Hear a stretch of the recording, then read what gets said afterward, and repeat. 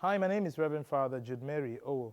Some call me Friar J, and I'm the director of Dominican Media. Today, I wish to share with you 4 of the top tips I think would help any couple to have a beautiful married life. And these tips are not things to practice in marriage. They are things that you should start practicing as somebody who intends to marry. And of course, if you're already married, these are things you can start implementing in your marriage to see how it helps make your marriage a healthier and a better one. The first is be able to set boundaries. Because I think one of the biggest problems today is that inability to respect each person's body and space. Because a lot of people start living together or even spend a lot of time together, not just for the sake of spending time, but even becoming sexually intimate before marriage, they lose that idea of identity. I am different from this person is different from me, she is a woman, I am a man, and being able to appreciate that person as a person, first of all. And that is something that is lost on a lot of marriages. By the time they get into marriage, they're tired of each other, they're tired of seeing each other, they're tired of spending time together, and they are not able to dissociate themselves from each other, which leads to unhealthy relationships or unhealthy practices such as insults or physical battering of the other person. So I think, first thing, learn to set boundaries. The second thing I think that should be a part of every healthy relationship is effective communication. Communication in terms of what you say, what you think of the other person, and what you say about them to other people. Yes, everyone has their flaws, but it's important that if this person is to become your lifelong partner, you should be able to take their side. You should be able to also be able to speak to them and tell them what they may be doing wrong. But whatever you say to them should not become something for public consumption.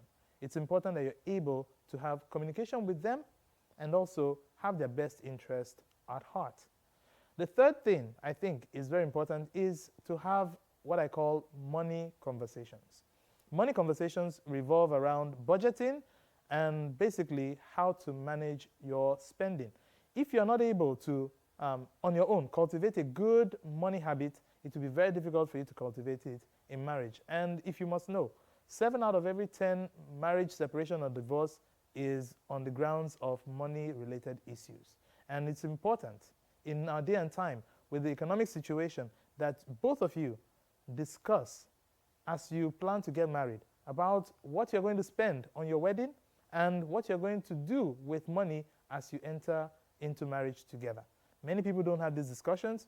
And when, for instance, some unfortunate situation leads one of the spouses to lose their job, the other person suddenly lose their significance and their importance in the marriage, which should not happen if you have money conversations, because you know that that can happen.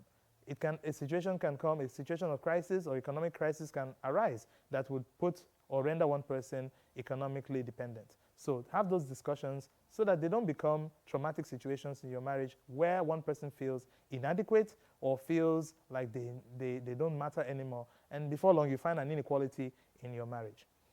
The fourth thing you should consider in your marriage is what role will children play in your life?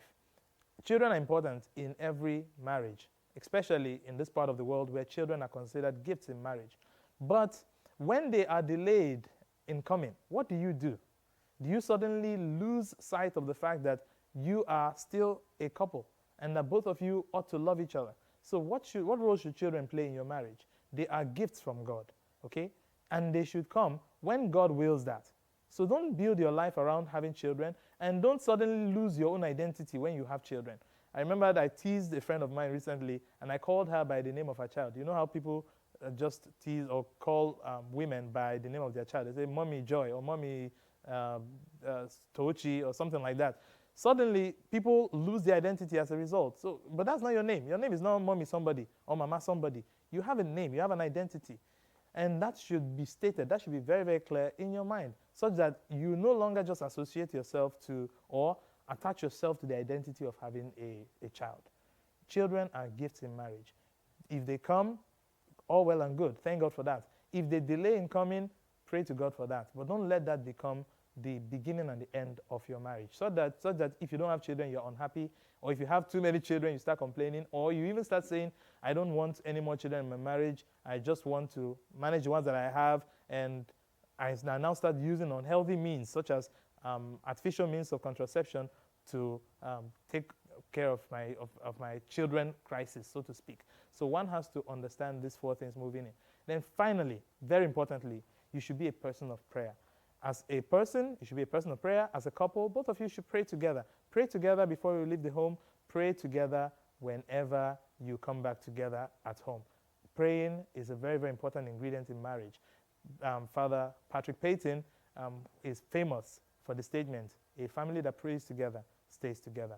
I believe that with prayer, with good understanding of children, good understanding of finances, proper communication and boundaries, you are well on your way to having a very beautiful marriage. God bless you.